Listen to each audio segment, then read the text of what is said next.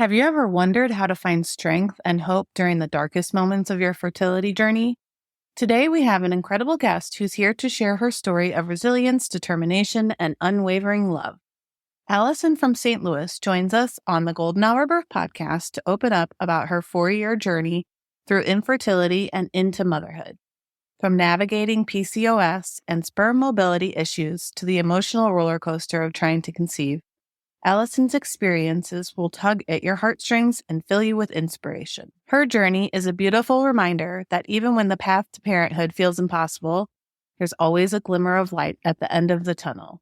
Join us as we dive into Alyson's world and discover how she found the strength to keep going, the joy of finally welcoming her little miracle, and the realities of postpartum life.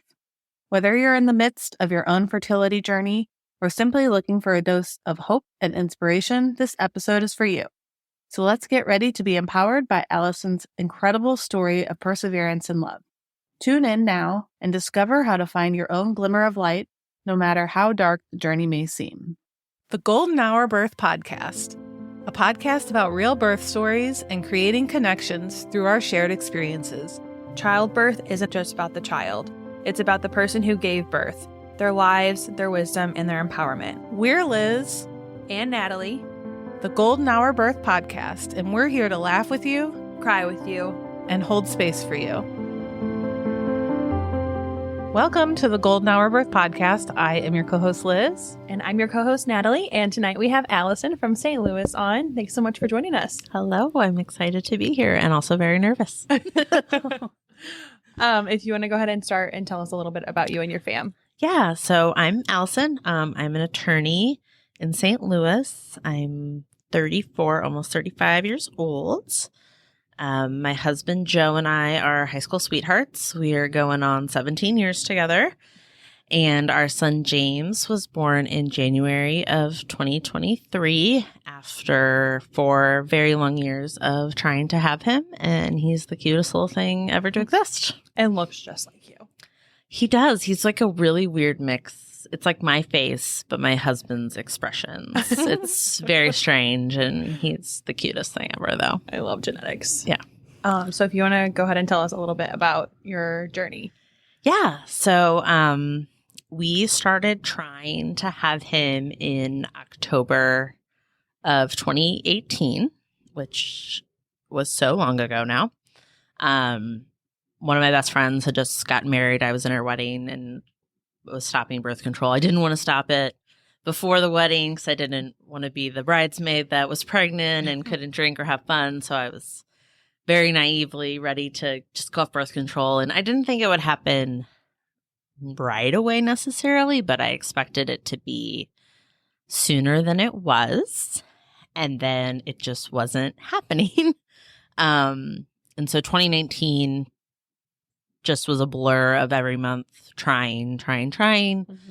I suspected I had PCOS. My cycles were longer.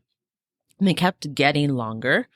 And that was frustrating, obviously.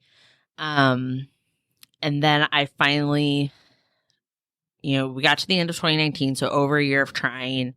And I was finally ready to seek help and at least talk to my OB-GYN about what's going on, testing, what do we do next. Yeah. So I remember after Christmas of 2019 starting a low glycemic index diet. I had suspected PCOS and I had read that could be helpful. And so I said, I'll focus on my diet and healing and gut health and all that stuff. Make an appointment with my doctor for March of 2020. And yeah, exactly. Got the call that would not be happening because we were in a pandemic. And I was very, very sad because at that point then I was going on a year and a half of trying, had no answers or anything. It was really hard. And some of my friends started having, telling us that they were pregnant, and that was another layer of it. Then not being able to get any help was difficult. And then finally they started taking appointments again. And I think it was June of 2020, which I was so excited for. And I went in and I was very underwhelmed with the response I got from the doctor. I didn't see my regular doctor. I saw a male doctor because I was trying to get any appointment I could. And we'll run some blood tests and see, and, oh, you're within normal range. And, we can try some ovulation induction. So we did that with letrozole, which worked in terms of I would ovulate. But then we found out my husband had sperm motility issues. And I wasn't really prepared for us both to have something that was at issue. That was just a whole nother layer of, oh my God, now I have two things I have to try to fix. And so so we kind of tried a couple more times with IUIs, ovulation induction, and it just wasn't happening. And that got us all the way till December of 2020. Like, this was a long vibe. This was really a long time. And then I finally had a total breakdown. I said, I need a break. So we took a break, did 75 hard in February of 2021. Because I had read about women who did that and then they got pregnant.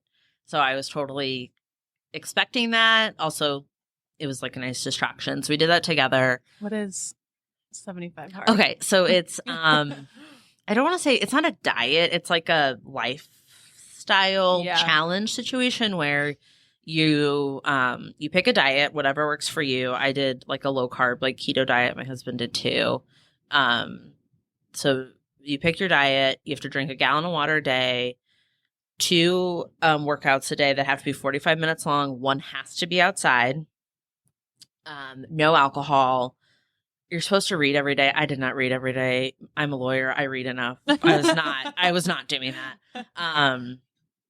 There's probably something else, frankly, that I'm forgetting that you're supposed to do. Yeah, my girlfriend's on it right now. And so it's a challenge. And that's for 75 days. Is that what 75 days. God. Yeah. And two workouts a day. I know, 45 minutes. Yeah, every day. I'm I'm even having trouble just finding an hour and a half to go to the gym and work out 3 days a week. I don't know how I would do it with kids. I truly don't. Without a child, I could do it. And I have a gym I go to.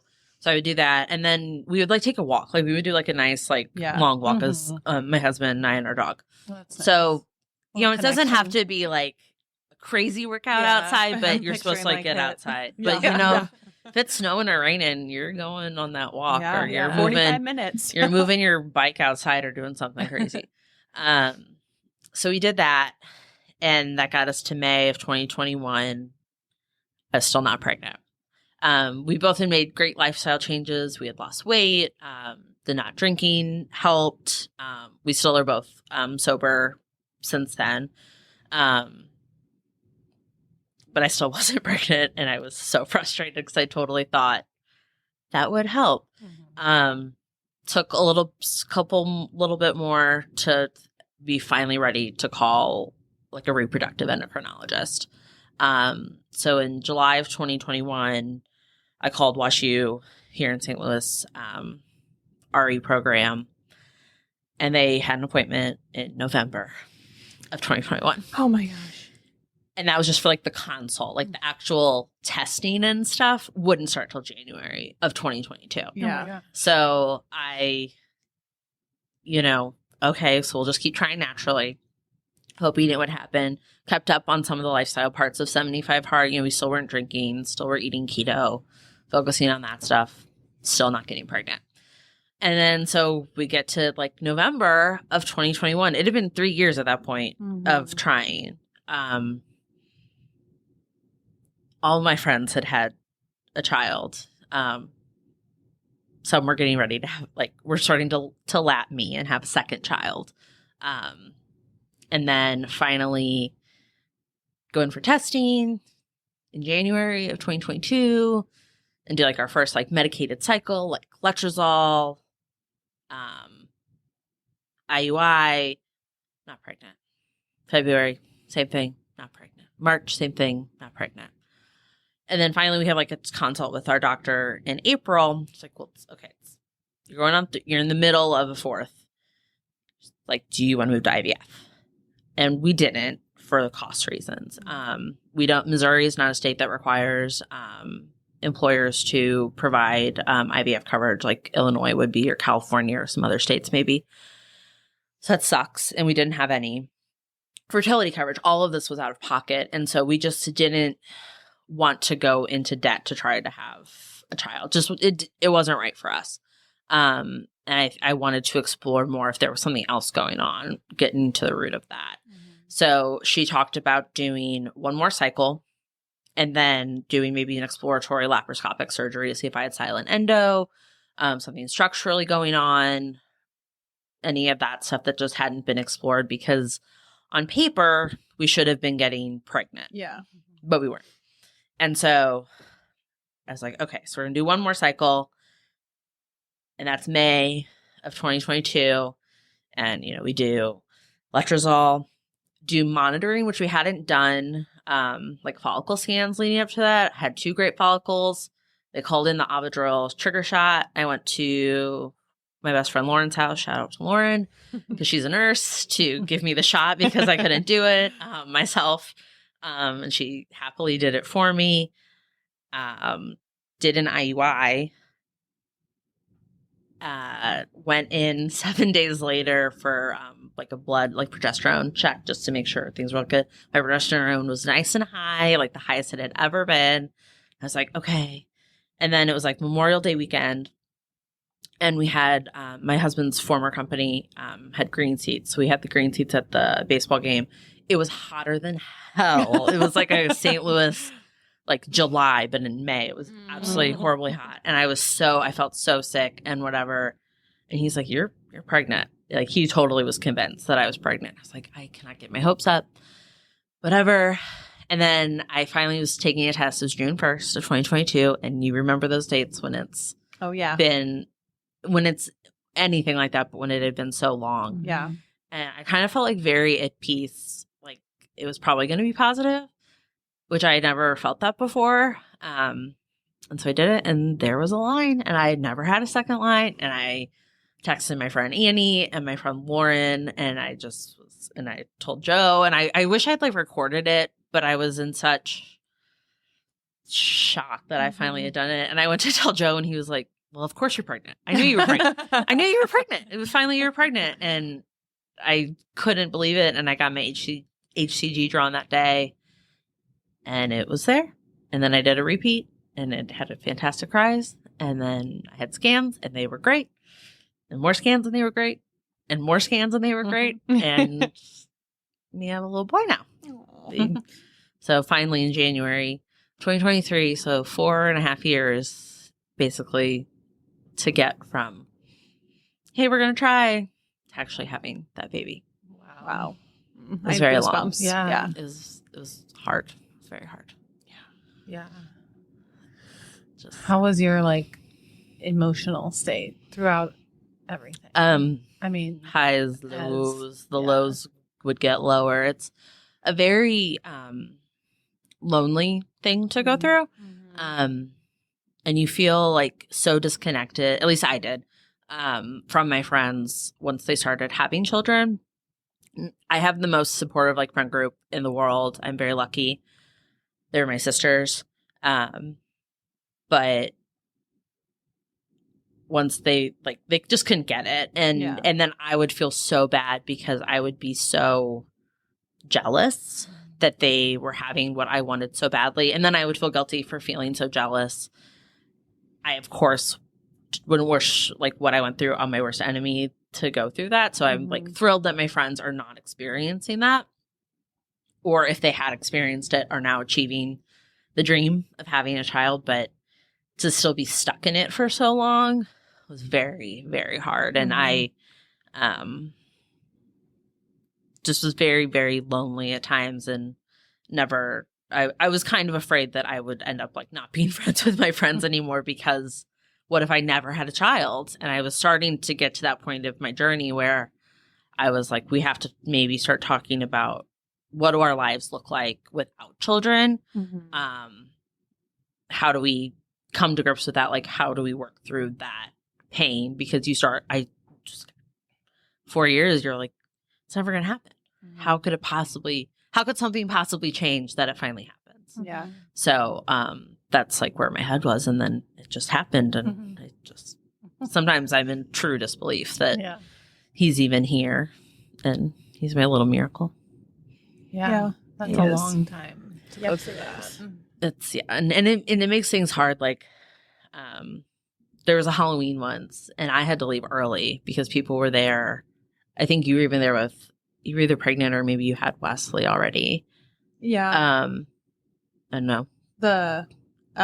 Was it, I think I know what you're talking about. I had to, there was just too many kids and one of my friends was pregnant and it was just, that's what people talk about when they have kids. Yeah. And people are like, that's just what happens. And I totally get it. And the world doesn't revolve around me, but I had to protect myself. So I'd have to leave.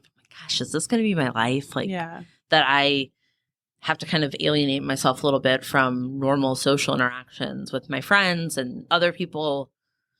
I don't want that to happen, but you have to protect your heart at the same time. So I didn't want that to keep happening, but at times I just had to. So I'm thrilled to be on the other side of it, but at the same time, I always am trying to be very cognizant of what my fellow infertility sisters are going through, especially if I don't know that they are going through it. Yeah.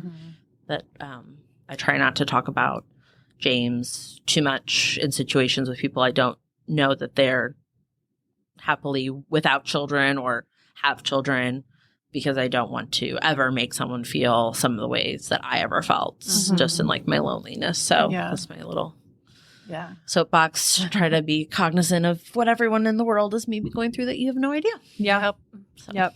Was there anything that anyone did that you found particularly helpful? I had a couple friends who would send me crumble cookies if I had a failed IUI, and that, it just made me feel like, oh, they're thinking about me. It really just was, if I came to talk about it, they would listen and they wouldn't try to give me advice on what worked for them to get pregnant or whatever, because I didn't want to hear it. I knew what to do, it just wasn't working. So they always were available when I needed it, but then they didn't ever make me talk about it. And I had a couple times where I think I was having bad days and a couple friends were pregnant, and they would just maybe keep that information out of the group text for the day, just so that I didn't feel like I had to run away from our space as our friend space. So really just being there when I needed them and not pressuring me to talk about it when I wasn't in a position to. Because I would always hate when a really good day would get ruined by someone asking either, where are you in your cycle? Did you get your period yet? Are you pregnant? Or just even asking about it when I didn't want to talk about it. And I was having a good day. And then I was now I'm thinking about how I'm not pregnant or I don't have a kid or whatever. Yeah. So just like that reminder again. Exactly. When I wasn't thinking about it because maybe it was a beautiful day outside. Yeah. So did you find a community of infertility mamas or anything like that? I just some creators on Instagram actually that I follow that I would DM with, and some of them have since had their own children, which is beautiful, and some of them are still waiting, and I feel and I think about them all the time, frankly, because I want it for them so badly. None in person. I really only have one friend who has gone through infertility. Everyone else, as far as I know, of course, had an easier road with it, which I love that for them. And maybe I have some friends who just never opened up, but really just online because it's people were able to be more vulnerable, I think, with it. Versus maybe then talking about someone in who they literally know in their actual life and wanting to talk about it. So, really just Instagram. Yeah. Do you got friend DMs? Sarah Huron she was on The Bachelor moons ago.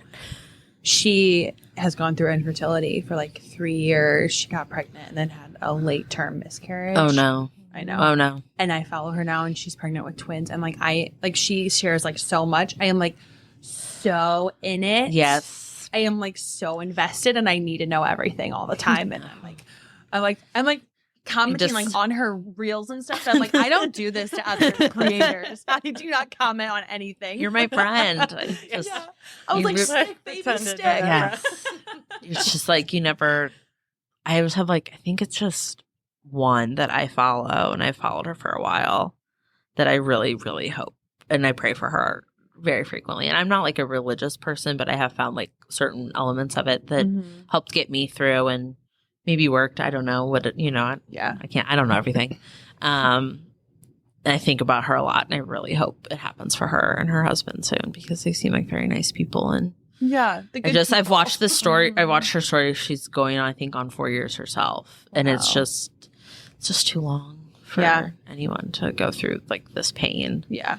It's just heartbreaking, and And the ups and downs and like what would I think I haven't been through it, but like the month, like it's not like a week wait. Yeah. It's a whole The month. waiting. it's so long. It's The too long. wait, yeah. And then and that was the longest 2 weeks of my life. Yeah. When I finally got to it, but all the ones before that, it's just. And then when your period's late, but you're not pregnant, and you're just begging your period to start so that you can be on to the next cycle, just so you Yep. can move on. But then like you're Ugh. begging your period like not to Like, start. maybe don't. But then it Like maybe started, I'm not. yeah. Maybe I'm pregnant. Maybe Maybe like that a mindfuck. 80 tests lied to me. Mm-hmm. Yeah. But- And when you just have literally no control over it. There's no Yeah. control, and I'm a control. I'm Yeah. a type AAA Enneagram 1. I'm a Virgo, sun, moon, and rising. I'm a lot. Oh my God, you're a Virgo. I'm a Virgo I to love the extreme. Virgos. So I'm control is my thing, and my mentor at work actually, she also struggled with infertility. Her kids are, she's older than me. Her kids are almost 20 now. But she's like, you and I we're achievers. She's like, you expect to work hard at something and to achieve your goal. Mm-hmm. You worked hard at it, you would achieve it. Mm-hmm. It's like, you can't do that with this. You Yeah. can work as hard as you want. You still can't make it happen. Because even if everything is perfect, you only have like a 20 to 25% chance of conceiving. The fact that any of us exist is shocking. Yeah. It's It's truly ridiculous. insane. Saying just what needs to happen Yes. to get pregnant. It's insane. Yes. Yeah. Yes. And so that anyone can do it easily beyond for me. Like, I can't even comprehend. And I love that for everyone. I'm so happy you haven't experienced that because it's awful, but how you didn't is like shocking that your children are here. I know. I mean, I worked at a fertility clinic and like at some point I was like, wait, but like, how did we do that? Because you have like a 36-hour ovulation window, Mm-hmm. maybe even less. I mean, in high school, they make you think you're going to look at a boy and you're going to get pregnant. Right? And you're like, no. Thanks, Catholic upbringing. Just truly, that's not true. And then, I mean, use protection if you're not ready, but still. yeah. Yeah. Then your partner has to have like the most insane amount of sperm. Insane. Like, I think it was like, what was it? Like 75 million minimum. It's crazy. It's crazy. It's crazy. Yeah, my husband always had sorry, honey, massive amounts, but he had motility issues. But we finally Mhm. corrected it with a lot of supplements and lifestyle changes. And Yeah. I literally sometimes people ask me for his supplement regimen, and we have it written out. Really? It was insane, but it worked. That's awesome. Yeah. I remember Lauren showed me Mike's. That was from Joe. Oh, really? Yeah. My Oh. husband started this crazy long thing, and I would send it to whoever, and Lauren would make Mike go on stuff. Oh, Sorry, no. Mike. She sent me she showed me a video of Mike's sperm. Oh, from the at-home thing? Yeah. That was also Joe's idea. Yeah. Because Joe would do it. Those are not as accurate. They're a nice tool, but It's funny to watch though. it is. It's Like, funny. I think just- I have one left. We should just use it for fun because we don't need it anymore. Because they give you 2 in the box. You get 2 shots. Yeah, I am interested on watching I've always wanted to get Sam tested. Just to know. Yeah, I've just been interested. to You know. should do it. Have him go through all kinds of testing. Just to see. just for fun. Just to yeah, see. just to see. It's like the sympathy training Yeah. that men when they wear those pregnancy Mhm. suits, he can go through infertility sympathy training for any of his male friends that are maybe suffering. Oh my god. Because they suffer too. They do. No, I Like, totally it was, agree. you know, there were times where it would be Joe crying more than me. Because, like, I was in so much pain. And, you know, he felt like he was failing me, but I felt like I was failing me and him. Mm-hmm. So, like, both of us being affected was both, it was bad because then we had two things to try to fix. Yeah. But it was good in that I think it brought us closer together, and neither of us really felt like the majority or all of the blame because it was both of us. So in some respects, I'm glad that we both were at fault, quote unquote. Mm-hmm. It wasn't really our fault, but No. Yeah. It's not your fault. but you feel like it's your fault. You feel Yeah. so at fault. Yeah. Yeah. Because and then- you're not, this thing I'm supposed to do Yeah. is Yeah. not happening. And everyone's like, oh, our bodies are so magical. And Yeah. it's Yeah, it's like I hated my body so many times, like And so do many this times. And do that. It worked for me. Oh, shut up. Yes, I'm gonna punch you all in the face. Mm-hmm. But I never did. I never did punch anyone. But honestly, like working at a fertility clinic, Mhm. seeing what women go through, I have very little sympathy for men because of the poke What they get and prodded of what you have to do. it's so painful. The men get to go in a room and have a little fun. You Yeah. get to get your blood taken Repeatedly, and repeatedly and get a probe shoved up your vagina. repeatedly. And the worst thing was I had an HSG. I only had to have one, thankfully. That was the most painful thing I've ever experienced, and I've both given birth and had brain surgery. And the HSG is the worst thing I've ever had. I just to warn all of you, anyone out there listening who's going to have one, take your Tylenol, take your Advil. Don't listen to anyone who says, "Oh, it doesn't hurt that much." It hurts because they're going to put a speculum in you, and then you have to lay your legs flat. And the pressure, exactly, is awful. It's awful, and you're unprepared.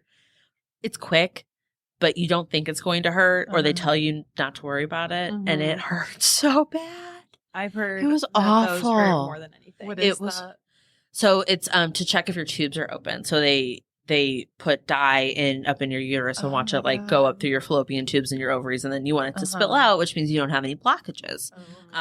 So it's pretty quick, but the laying down with a speculum in your vagina is the pressure. It's off. It's horrible. Yeah. I would rather give birth again. 100%. Yuck, yuck. Yeah. Awful. So How take was- your Advil, guys. For that. Yeah. Yeah. What my friend was going to get her IUD taken out. Oh, God. And a new one put in or something. And I was like, don't forget to take your Advil. You know, I'm like, they should be giving us more. But like, she was like, oh, thank you. I almost forgot. Yeah. And it's like, And they tell you it's not gonna hurt, but it does. It's awful. Getting the IUD in and out. I remember like my legs like flailed off the table when I got it out. It's just like yeah. Thankfully that one's quick. But I don't think mine's just been there forever now. it's part of you. yeah. I'm just gonna die. You'll reach menopause at some point. It'll be fine. Yeah, exactly. What was pregnancy like? How was that? It was. I was pretty lucky. It was pretty. It was pretty okay. I had a lot of anxiety because of my infertility trauma that something would go wrong because something had always gone wrong before. Mm-hmm. So I was always expecting it. I remember his anatomy scan. He was positionally like weird, so they couldn't get all the heart views that they needed. So I had to go back 4 weeks later to the MFMs since they just have better machines to do it, and that's just standard procedure. But for those 4 weeks, I convinced myself he had a congenital heart defect or something wrong, and they just weren't telling me, and they needed to see the better views, and that's why I was going. And I had done birth defect litigation, so I knew too much. And so I was preparing for that, and I like finally got there, and I was so stressed out about it. And the MFM's like, "This is just a normal procedure." Like, oh, you poor thing. Like, why didn't you tell someone you were this stressed out about it? And he was fine. He was totally fine. They truly just couldn't get the views because he was laying weird, and they couldn't get him to flip. And I should have just said something to my doctor about it, but I just, I stayed silent It was or whatever. They made you wait 4 weeks. They needed him. They wanted him to one, scheduling with an MFM is hard. Yeah. And they actually wanted him to have some more growth. Okay. So I had my anatomy scan at like 19 weeks. And so they wanted it just him to get bigger so they could see things even more clearly than at 19 versus like 23 weeks. I had to do that with Violet because they couldn't get the heart. They only made me wait 2 weeks. I should have said something to my doctor, and she probably would have just had me come in 2 weeks later and done a scan there, or she would have reassured me that this was normal and it wasn't that anyone was suspicious of anything. It was all in my head. Because I was just like, I'm finally pregnant. Something has to go wrong, right? Like, because when has it not before? Like, when has it gone?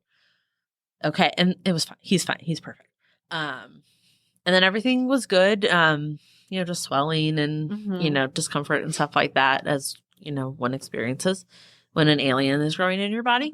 And then I did start to develop high blood pressure. I think at my 32-week appointment, it was higher for me because I historically have actually kind of low blood pressure. And so then I had to go in for twice weekly non-stress tests and ultrasounds. And it was staying elevated, and I pretty much just was staying at home, laying in bed. I work from home, so I got like a desk for my bed. It was just laying in bed as much as I could, and I was getting pretty swollen and uncomfortable. And then I remember I got one of the messages in my portal, like, you're scheduled for a C-section, an induction, at 37 weeks. Because your blood pressure, we did not want you to get into a preeclampsia. And I was like, okay, I guess that's was just in the portal, not and then we talked. Then I had a visit the next day, and so I think it just like was automatic. I was like, whoa, can we talk about? And the nurse was like, that's like an automated thing that happens when our office like schedules it. We'll talk about it tomorrow. It's like, okay. And then I was like, okay, I got to email work and say my maternity leave is starting this date because going to be MLK Day, and I would like to have a day off before I have a baby, right? And so then I had an induction at 37 weeks that turned into a C-section. How was spoiler alert? I had a C-section. That's fine. So when did you go in for the induction? The 16th or the 17th? The 18th. 18th was a Wednesday. Okay. I think I got a call at 1 a.m. to be there at 2, which I wish I had more sleep. Good. Love that. Why? Like, I remember like going to bed at like 8 p.m. or like just trying to go to bed. Like you can't sleep anyway when you're that pregnant. But it's like I need to get as much rest as I can because they told me we could call you at any point between 12:01 a.m. on the 18th and 11:59 p.m. on the 18th, just depending on how busy the hospital is. They were dead apparently, and they called me at 1 a.m. Oh my God. And I was like, okay, my husband was downstairs working because he had just started a new job in November, and so he was trying to get ahead of some things. I was like, got the call, and I like showered and shaved my legs because I cared about that, I guess. And we went to the hospital, and I was so tired. And but it was so quiet. Like there was not many people on labor and delivery that night. I think there was like one other woman getting induced too. And did cytotech. Nothing. Cytotech got to 1 centimeter. More cytotech. Just really slow progress. Did a Foley balloon. Awful. Hated that. That was awful because I have a posterior cervix. And so all the cervical checks, I wanted to scream and die. And they finally found a male doctor, which I will always, if I were to conceive again and have a baby, a male doctor doing a cervical check, so much better because their hands are longer. He was like, I was like, thank you. Yes. Like the only time I'm like, I want a man involved in this situation right now. The only time I went because all the like the sweet nurses and my doctor, even she's a petite little woman. Their fingers are not long enough for my posterior tilted cervix. I was miserable, and he's like 3 centimeters. Thank you. That was all I needed. Okay. You can come back, right? You can come back the You're next on time call? it has to happen. And then it was slow. My water finally broke at 4 centimeters. And then I would have this super fun thing happen where in one position, my son's heart rate was great. And if I flipped, but my contractions would stop. Then if I flipped over onto the other side, my contractions would start back up, but his heart rate would start to like drop. And then they flipped me back and it just kept going for the whole night. And then it's finally now 6 a.m. on the 19th. So like 29 hours later from when I got there, my doctor comes in and checks me. Not the male doctor, unfortunately. I was 4.5 centimeters dilated. Oh my God. And she was like, do you want a C-section? She's like, if I were you, I would want a C-section because he's not your son, his heart rate was being weird. And she's like, he's really not tolerating labor well. If you want to keep going. And I was like, I'm so tired. Yeah. At this point, like, I don't think I could push him out if I was ready to. Like, I was exhausted. It's all it was so long. And just like, then there was nothing. And I know, And so I said, like mentally too. I was done. And she's like, the OR is open. There's nobody else here. You already have your epidural. Anesthesiology is here. We can go in now. It won't be emergency. It'll be fine. I was like, let's do it. So then they come in and, get you moved. And I just was trying so hard not to fall asleep. Oh my God. Like that was all I was doing. Was like, I cannot fall asleep. I cannot fall asleep. I cannot fall asleep. And they get you in the OR and it's the brightest room in the history of the world. And you're so tired and you feel like you're being tortured a little bit. And couldn't feel anything, thankfully. And I just had like the nurse next to me and like, I don't want to fall asleep because you all think something's wrong with me. She's like, if you really need to fall asleep, it's okay. I'm like, I need to hear like my son's okay. Like what if? Yeah. And then he came out 6:46 in the morning. A little good palindrome for the time, which is actually the time my husband and I got married. 6:46 a.m. Yeah. a.m. We eloped. Oh. That's a whole nother podcast. That's so cute. Yeah, we eloped at sunrise in Colorado. And so he was born at the same time. That's my God. That's And freaking kinsmet. Cried immediately. Best sound ever. He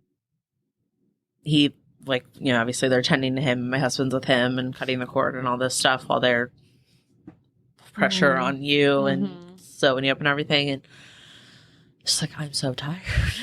All I can think about was I'm so tired. And so I hate that I don't have like, I couldn't hold him because I was shaking so bad. I didn't know about labor shakes. No one had ever told me about those things from the Pitocin and everything. I was like shaking so much. I was cold. I was so tired.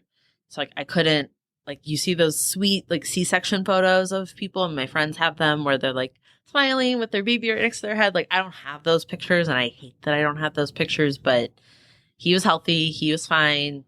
I was good. I didn't hemorrhage or anything. I just was so tired.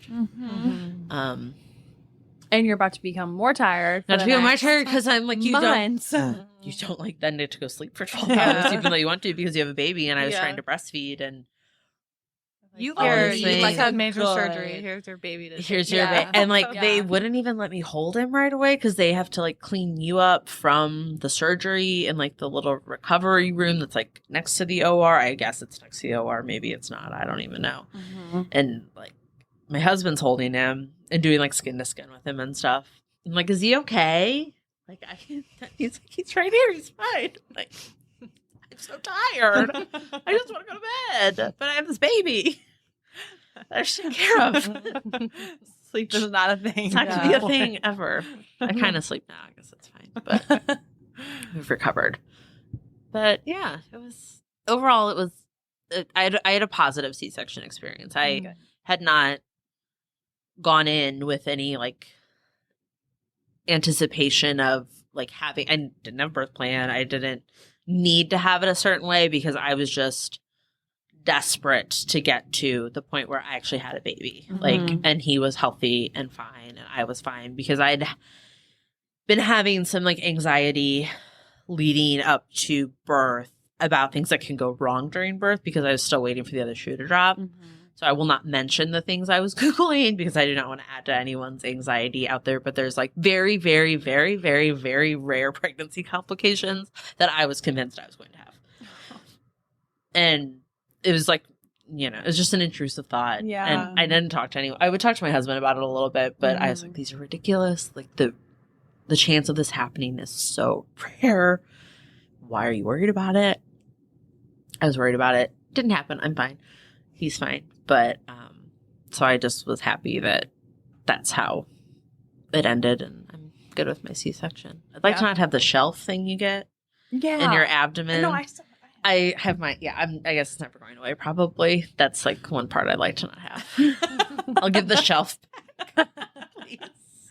Like I have it like right here. Mine's like, it's I had a baby. It's not going anywhere. I saw someone post something. I don't remember who it was on Instagram, and it was like her son was like poking her belly, and he was like, this part's like squishy, and she's like, that's where you lived, and he goes, oh, so is that your favorite part of your body? Do you see that too?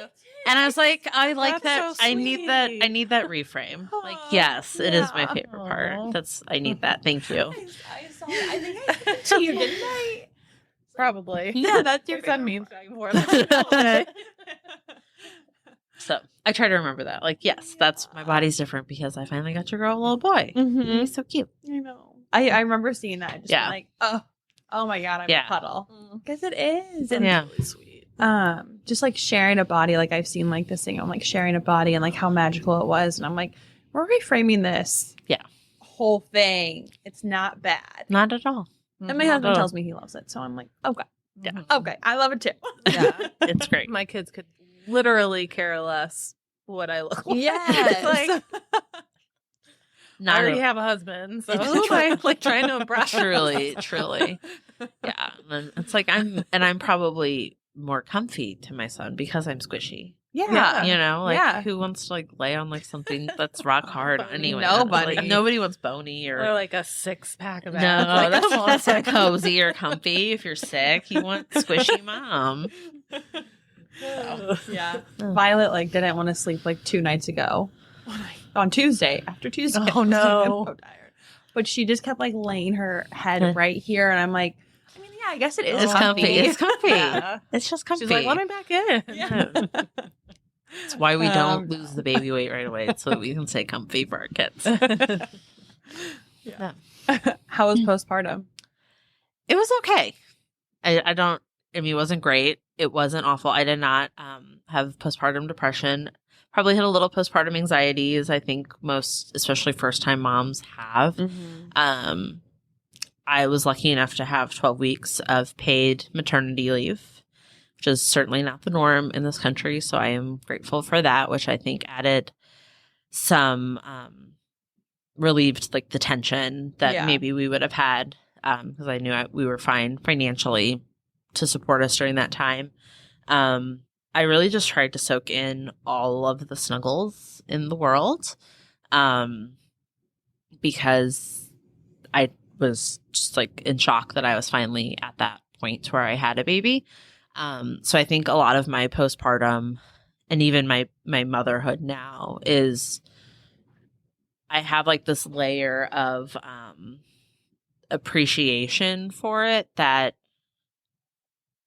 I don't know that I would have if I hadn't struggled to have him. Mm-hmm. And I'm probably very annoying to my friends sometimes when I come at like the positive twist of, but that just means that your kids are in your house and it's beautiful. And I'm not discounting how hard motherhood is, but for me, like on the hard days, it's like, I want to remember, you wanted this so bad. Do you remember how much you were struggling to have this? He is here, and that is amazing. And who cares that your living room's a mess? And yes, he's screaming because he's got molars coming in, or he's sick, or he's not sleeping great, but he exists. And that's beautiful and wonderful. And all these hard moments are worth it because he exists. Yeah. And you wanted this. Remember that? Remember how much it sucked when he wasn't here? It's so much better to be tired and it to be loud, but he's here. So, I appreciate that perspective that I just like inherently have from the struggles to have him. So I think that made my postpartum a little bit sweeter. Yeah. I exclusively pumped, which was really hard. Like breastfeeding was not easy for me. I was a an undersupplier. So we had a supplement formula. Go girls, like love it. So that was probably the worst part for me, was the stress of that pumping and breastfeeding put on me as a mom. And just, I never figured out what to do with him while I was pumping, especially as he got older, if he needed me, like, and that was very stressful because my husband didn't really get his paternity leave since he was so new to his company at the time. So if he like had a call or something and I needed to pump, but James needed me, I never knew what to do. I never figured that out. Like, what do I put him with his pumps on my boobs and my pump itself and the baby, and what do I never figured that out, and it was very stressful. And I weaned earlier than I expected to because I just sort of had it with it. I'm very proud of myself for making it as long as I did, because exclusive pumping is a full-time job. It is hard. Can we make those wearable $500 pumps? Maybe a little free? Yeah, once I found the pumping bra, like that you like zipped up the front. Yeah. I was like, oh, look at me.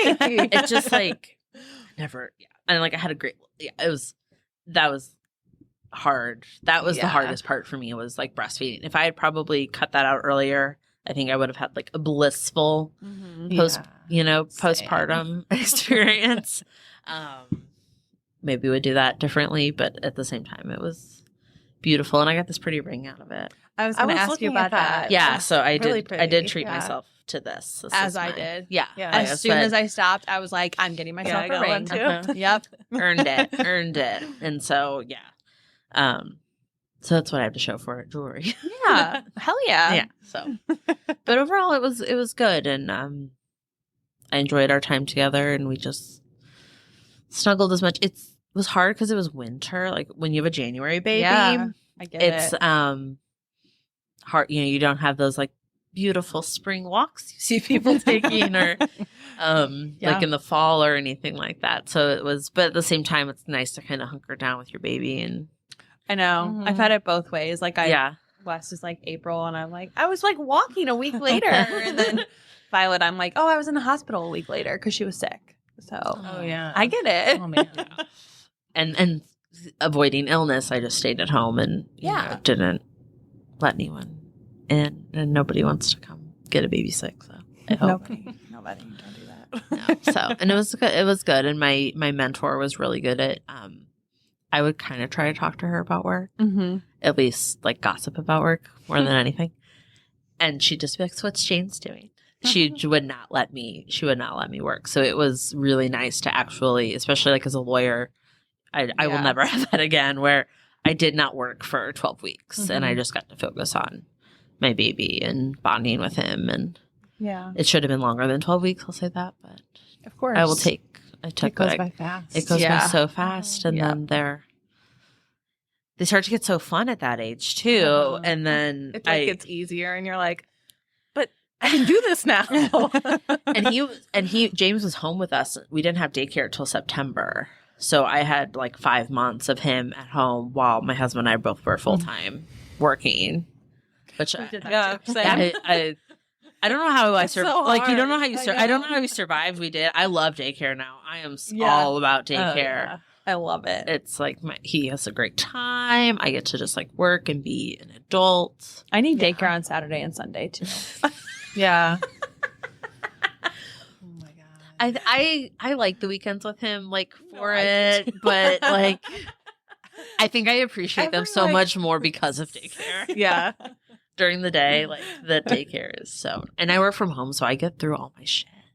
Yeah. Like I do laundry during the day, and I can put it away. Same. Take 5 minutes to like mop the floors because I need to like walk around a little bit. It's so nice. It is where it is at. I love it. I'm probably the happiest I've ever been because I finally have my child that I tried so hard for. My husband and I both work from home, so we get time together during the day, and we try we're not as good at prioritizing as we used to be, of like going out for lunch during the week, because we've already got someone taking care of our child. So like, let's do a day date and go get lunch somewhere. And then we get all our chores done, like in little breaks between work. And then when he comes home, all the chores are done. We just get to hang out. Oh, So I'm like, life is. I'm so happy for you. Thank you. I appreciate that. I'm so happy that I'm you're happy on the for- other side of it too. Me too. Telling your story, because obviously Lauren, our mutual friend. Now we're friends. We don't even need Lauren. You don't know you learn. I'm kidding. I always need to learn. Don't leave me. Just like, hearing it from her, and then now you being on the other side of it. Yeah, I'm very happy to be on the other side of it. But Yeah. if you're not on the other side of it, I will always be someone that someone can talk to, because it freaking sucks so much. And I'm still like not used to not having that be my life. That now that I'm like, for the first time in so long, I'm not trying to have a baby. It's like my body's like back to mine. Yeah. I kind of don't know what to do with myself, like in my free time, where I'm not really tracking my cycles. I don't care when my period starts. Aw. I don't, I'm not trying to time intercourse around things. Yeah. Like, it's such a weird thing to not be You're free. worried Yeah. about. Yeah. So much off your And plate. your baby is 1 now. So Yeah. like, yeah, I know he's that's like a fun walking, age. so he's Yeah. basically like can go take care of himself. He's off to college. He's ready for college tomorrow. He actually Crazy. got into Harvard Law School. Yes, he is Elle Woods. He's a savant, everyone. Yeah, so and we don't plan to have more, so that we're kind of, just. Yeah. It's weird. I have my life back. It's strange. You guys just did it once, and it's so perfect. He's so cute, isn't And he? He is really cute. I He honestly looks just like you. He's so funny, and I always like thought I would have a girl. Like, I saw myself like having a girl, just I think because I am a girl. Mhm. I don't Yeah. know if anyone else feels that way. I don't know. But now I'm like, I love being a boy mom. It's the best. It's so fun. Like, he's really made me like let some of my like neuroses go, because I'm like I'm a triple Virgo, very orderly, very organized, very clean, obsessively annoyingly so. I'm always moving things back to their place, which drives my husband crazy, because he's like, I was using that. Why are you putting it away? But with James, I don't want him to feel like that he's infringing upon me or our home. I want it to be his home. I want it to be comfortable for him. And so I'm just like, let it all, I have my living room is now a toddler living room. My basement, everything is so that he's comfortable, because I want him to feel welcome and wherever. And so it's kind of been nice to let that part of myself go a little bit. 'Cause I never thought I would not care that my pillows were perfect on my couch. I'm like, Yeah. they're fine. He likes to play with the tassels. It's cool. Yeah. That's hard to come to terms with sometimes. Like, it's always something. Like, I'm either not cooking everything from scratch and my house is clean, or like my house is a disaster and I went to the farmer's market that day. Yeah. It's all balance on the spectrum. Balance, It's all balance, and sometimes it feels very unbalanced, but I don't know. We're lucky they're here. Yeah. Even on the hard days. They're so cute. They're so cute. They do. They do funny things. Like, he really likes blowing raspberries on me right now. Oh, I love that. And he does it, and then he like looks up to make sure I think it's funny, and then he just giggles like himself crazy with it. And he figured out like where I'm ticklish, so that's where he gives me my raspberries, and he just thinks it's the funniest thing ever, and I love it so much. And he is definitely a mama's boy, so I'll take it. Yeah. I'll take the snuggles and the. I love a mama's boy. I love a little mama's boy. Like, I want you to be very secure and independent when you get older, but right now, please be very dependent on me. That's all I'm looking for. You deserve it. I think so. And he's so cute. So cute. I'm so biased, but he's adorable. Well, thank you so much for coming on and sharing Absolutely. your story. Thank you for having me. Yeah. It felt nice. It's therapeutic to talk about it. Yeah. great. For us too. Yeah. I love Felt that. like a safe space for you to like share the infertility and the journey to get James. So thank you so much. Thank you, ladies. Thank you. We'll see you next episode. Thank you for joining us on this episode of the Golden Hour Birth Podcast. We hope you've enjoyed our discussion and found it insightful and beneficial. Remember, the Golden Hour Birth Podcast is made possible by the support of listeners like you. If you appreciate the content we bring you each week, consider leaving us a review on your favorite podcast platform or sharing the show with your friends and family. Your support helps us reach more people and continue creating valuable episodes. If you have any questions, suggestions, or topics you'd like us to cover in future episodes, we'd love to hear from you. You can reach us on our website, www.goldenhourbirthpodcast, or connect with us on social media. We value your feedback and want to make sure that we're delivering the content you want to hear. Before we sign off, we'd like to express our gratitude to our incredible guests who joined us today. We are honored that they trust us enough to be so open and vulnerable. We're grateful for their time and willingness to share their stories with us. If you're interested in taking the conversation further with us, join us on our Facebook group, The Golden Hour Birth Circle. We'll be back next week with another exciting episode, so be sure to tune in. Until then, stay golden and remember to take care of yourself. We'll catch you on the next episode of the Golden Hour Birth Podcast. Bye!